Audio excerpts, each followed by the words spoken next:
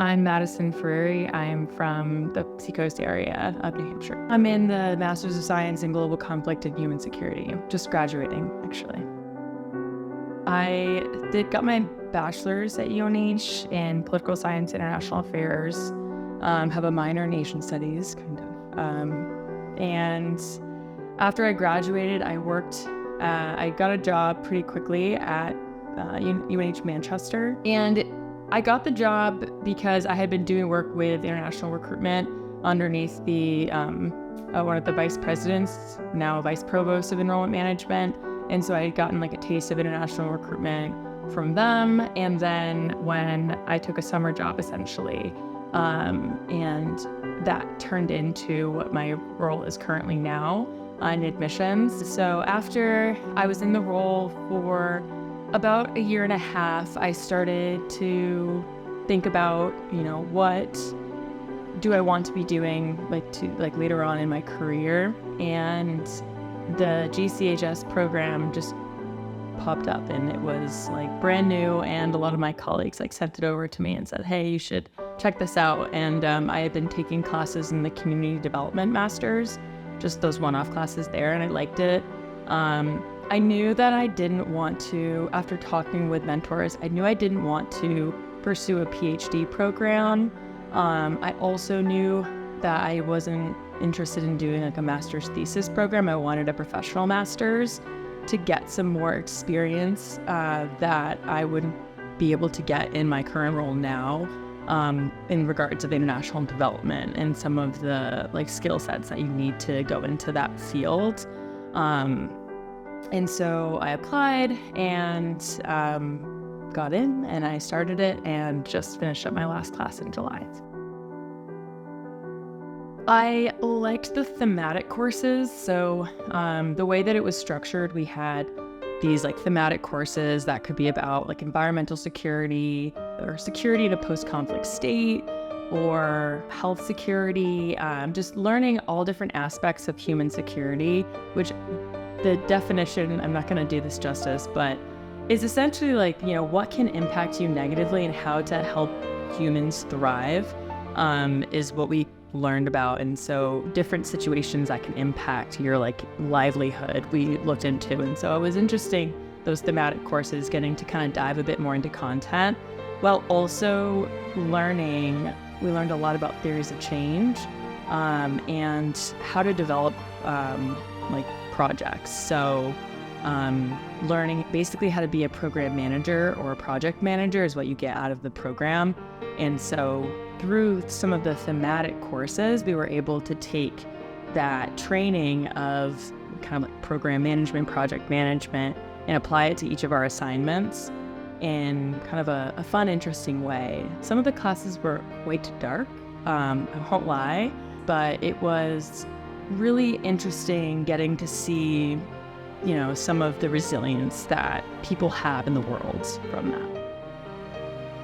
From this program, I think it does a really great job with training you in designing projects and doing problem analyses, because you do that in most every class that you have. So you're practicing it every time, and it's repetition, which I think it didn't ever get stale because the content was always changing. And then it was your capstone where you're working on that for a long period of time. And so you can really fine tune what you've learned from doing all of the problem analyses and project design, project implement.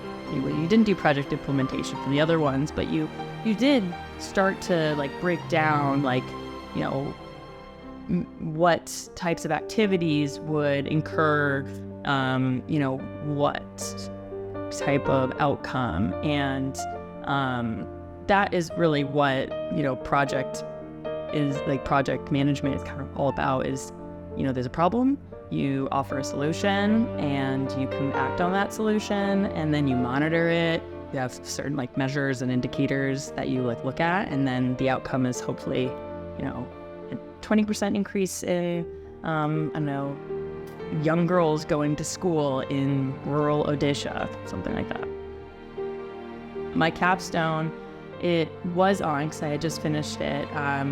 doing a needs assessment of the Freedom Cafe organization here in Durham. And I did several interviews, conducted a survey, and crafted a report, looked at a lot of internal documents and literature review on like volunteer retention and recruitment, and put together this nice report that I'm presenting to them. So they'll be able to use that for grants, like proposals, because you need data a lot, like with everything. Like it's nice to have data to show like, hey, we're trying to do this, but we don't have the funding, but like look at all of this information on, like our volunteers, because it was on the impact of the volunteer program that they have, because like a lot of nonprofits that are like grassroots, they rely on volunteers to help run the organization because they don't have funds. And so basically learned that it's the impact that the cafe has on those volunteers is positive. Like those volunteers are becoming more conscious consumers by just being cafe assistants. And so it's, even though it's a lot of time and effort to train some of these cafe assistants, it's still hitting one of their goals to like increase awareness around conscious consuming. So we're trying to kind of figure out a way where we can increase the capacity of the executive director by not having to manage all of those cafe assistants. And so some of that data will help support funding for potentially hiring a cafe manager. It was nice to actually apply what I learned in a guided way, in which I did find like doing a project, a problem analysis, and then designing a project, implementing it and monitoring it. You can apply to like any aspect of really any job if you're at like a strategy level. So like I can do that in my current job, where like if we have a problem with, let's say retention of international students, you can apply it to that too. But what was nice about the Capstone is that it gave me kind of like the motivation to work with a nonprofit that I might not have otherwise given a lot of my time to, because of like how busy like life can be. And so it was nice to be able to like be held accountable by like my faculty, as well as by the like executive director, the board, and also like myself internally, because I knew I was doing something that I like to do because I'm passionate about their cause.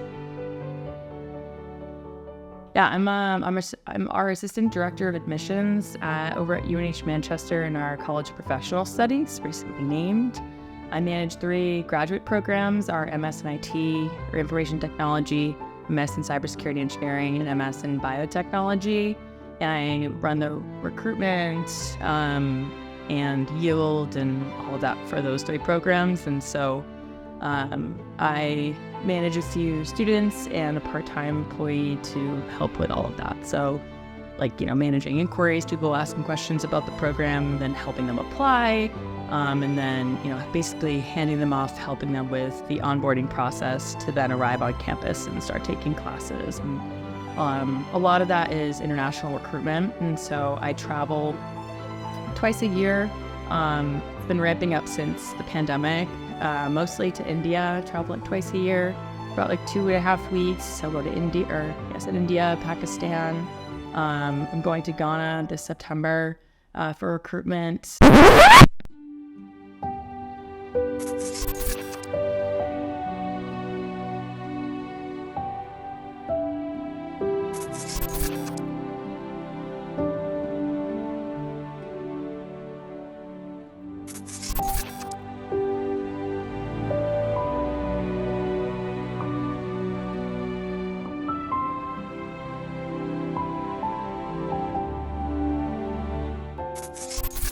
It's a great way to see the world.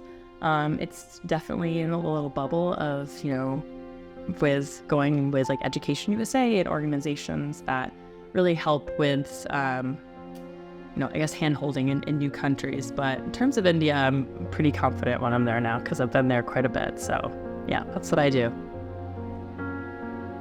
I found that beginning of each semester, I had to like look at my calendar know if I had like work travel coming up, because that was difficult to balance.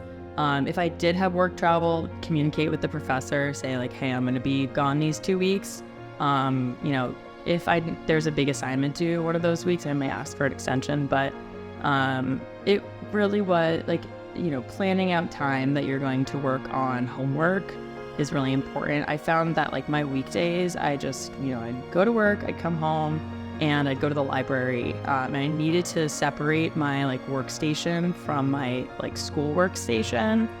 So I'd go to the library a lot to get my assignments done. I did it part-time, so that helps, where I'm only taking like one class each e-term. So you take, there's 5 e-terms, and full-time you can take 4 a semester, and you take like 2 technically at a time.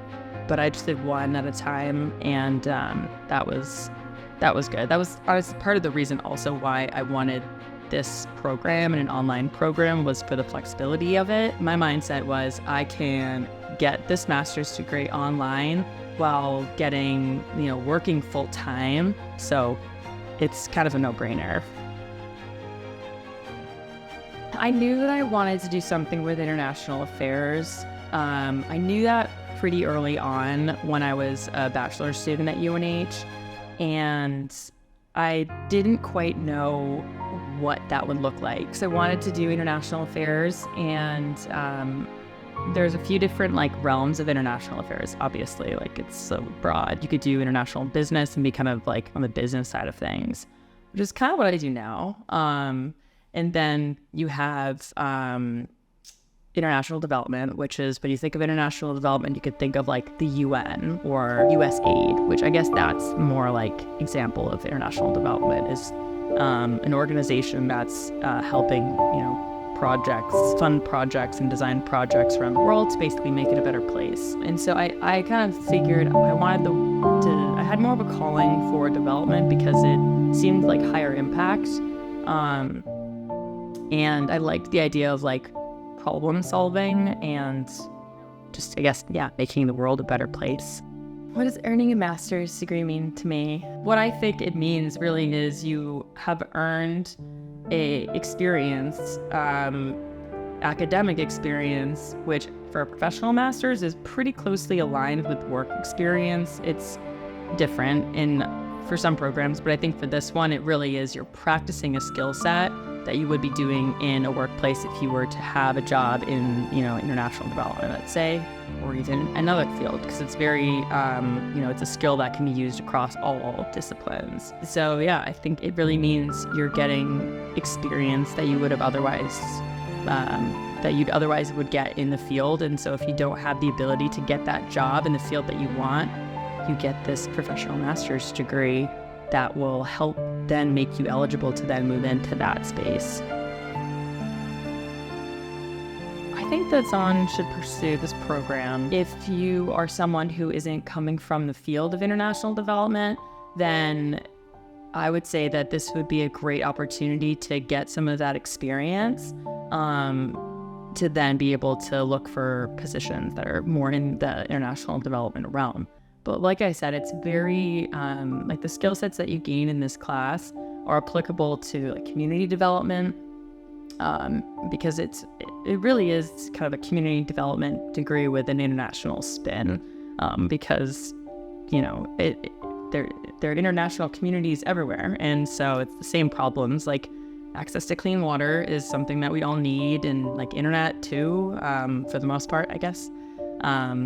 Good infrastructure. So it's all the same.